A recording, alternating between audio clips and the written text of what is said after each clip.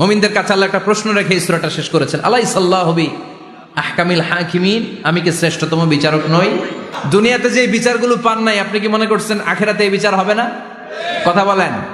আপনার উপর জুলুম করা হয়েছে, আপনাকে নির্যাতন করা হয়েছে, এগুলোর বিচার করবে কে? আপনার জমি মেরে খেয়ে দিয়েছে, আপনার সম্মান নষ্ট করেছে, বিচার করবে কে? যত অন্যায় বিচার পৃথিবীতে হয়েছে এগুলোর নতুন করে বিচার হবে।